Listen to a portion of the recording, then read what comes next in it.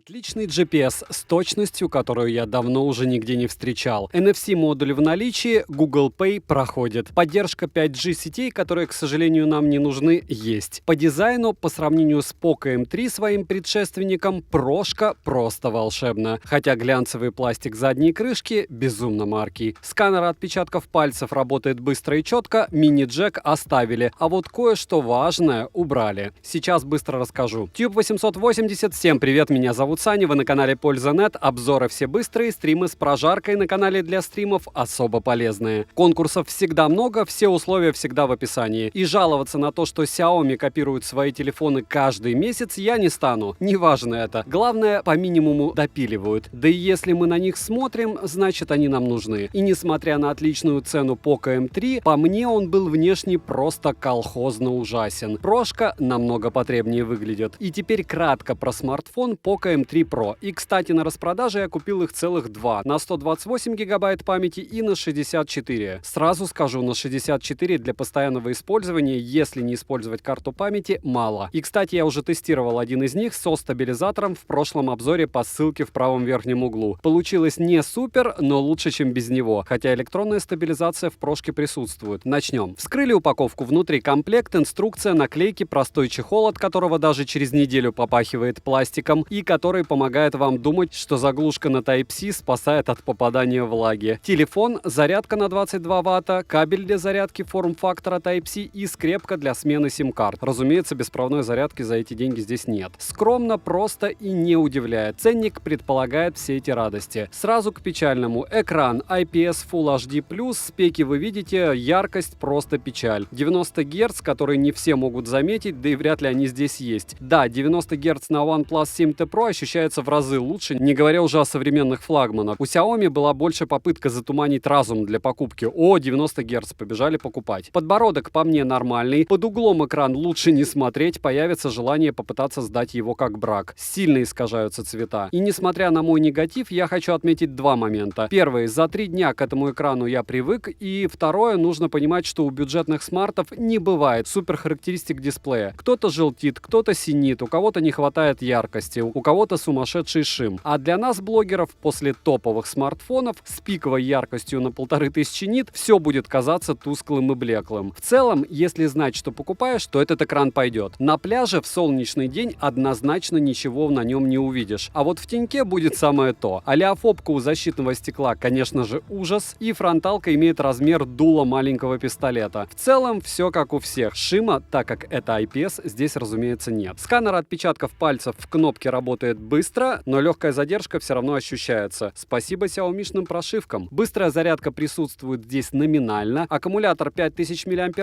Для полной зарядки смартфона с 0 до сотки родным зарядником мне необходимо было ровно 2 часа. Про автономность принято или говорить хорошо, или правду. По факту смарт на PC-марке дает чуть больше 9 часов автономности и поедает при просмотре YouTube на максимальной яркости около 8% в час. Память стала по факту быстрее, точнее с ней стал лучше работать процессор, память все та же относительно Poco M3, но прогресс в принципе налицо. Датчик приближения адекватный, а не ультразвуковой, и это очень радует. По синтетике вы уже все видели и еще увидите. По факту в танке играть очень даже комфортно, в PUBG и даже Genshin Impact играть можно. На минималках даже в PUBG играть тоже приятно. Genshin, если максимально минимальные настройки, конечно, с фризами для мазохистов, но идет. И в принципе после употребления горячительных напитков даже он может показаться не особо лагучим. 64 гигабайта непростительно мало, еще раз повторяю, если будете брать смарт, либо сразу с карточкой, либо на 128 нужно брать. Но вывозит то, что можно ставить карту памяти прямо в телефон, хотя лоток гибридный. Лоток, конечно же, не прорезинен, защиты от попадания влаги, разумеется, нет. Тротлинг-тесты проходит девайс средне, но терпимо. Скроллинг намного приятнее, чем у Poco M3, благо процессор вывозит. Звук не стерео, моно, притом довольно чистый, громкий, но дешевый. Напоминаю, что в Poco M3 был стерео. Зачем они убрали второй динамик, не ясно. Нет индикатора уведомлений, что довольно приличный файл. Размеры немного больше, чем у Poco M3. GPS ловит отлично. По факту это тот же Redmi Note 10T, но я вам об этом не говорил. Вдруг вы не станете смотреть мой обзор на него, а я его тоже заказал. По камерам ничего не поменялось. Основной модуль на 48 мегапикселей. Съемка максимум в 1080p 30 fps. Ночные фото, видео можете вообще забыть. С такими камерами их вообще лучше не делать. Хотя в принципе они в топовых смартах не фонтан. Ширика здесь нет, не обращайте внимания, что в примере съемки я буду постоянно удивляться. Poco M3 Pro однозначно снимает лучше, чем M3. Есть электронный стабилизатор, фронталка печаль, плюс еще и огромная размером. Вот вам пример работы камер.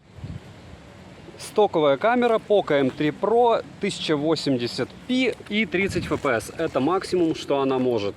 И вот так она будет у вас снимать. Если вы будете, опять же, снимать с двух рук и более-менее стараться, чтобы картинка не плыла. С автофокусом сейчас мы посмотрим, как это дело работает.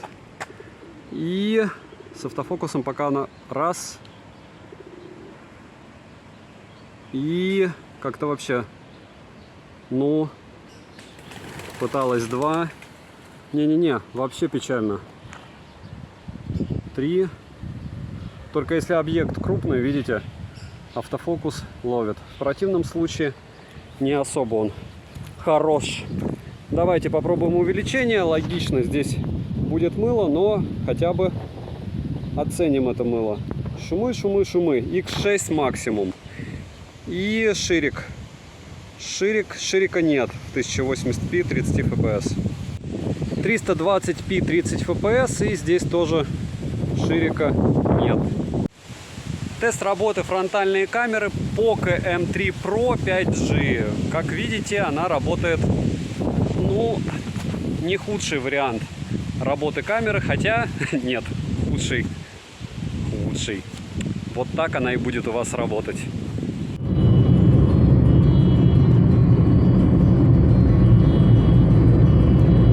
Пример съемки при езде в машине.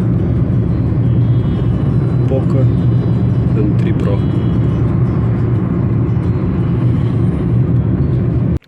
Идеальные условия. Селфи-камера Poco M3 Pro отрабатывает. Цена по ссылке в описании к видео в районе $179 у официалов. На распродаже, конечно же, дешевле. Мои именные промокоды и выгодные предложения вы, кстати, можете найти в моем телеграм-канале по ссылке в прикрепленном комментарии. Сейл на Али уже через 2 недели, кстати. Резюмирую, это бюджетник без запаса, с Xiaomi-шной лагучей оболочкой, с минимальными возможностями по камере, играть в него со скрипом можно, снимать бабушкины видео, конечно же, тоже. Но если добавить $20, что не каждому будет просто, но все же, можно купить Realme Q3, обзор на который вы можете посмотреть по ссылке в правом верхнем углу. И это уже смарт совсем другого уровня. Понятно, что он китайский, но главное, Google Play становится. Или OnePlus Nord N10 на распродаже. В целом, телефон мне понравился, но они вырезали из него стерео, экран и правда тусклый, внешний вид стал с другой стороны приличнее. Лоток гибридный, или 2 симки, или симка и карта памяти. Бенды здесь все. Советовать его не могу, тем, кому он нужен, его и так купят. Сказок не бывает. Как бюджетник однозначный зачет, как минимум за внешний вид. Девайсу не мое, но да. Подписывайтесь с колоколом, ставьте лайк за труды, пишите, что еще купить на обзор в комментариях. Добра и удачи вам, дорогие друзья!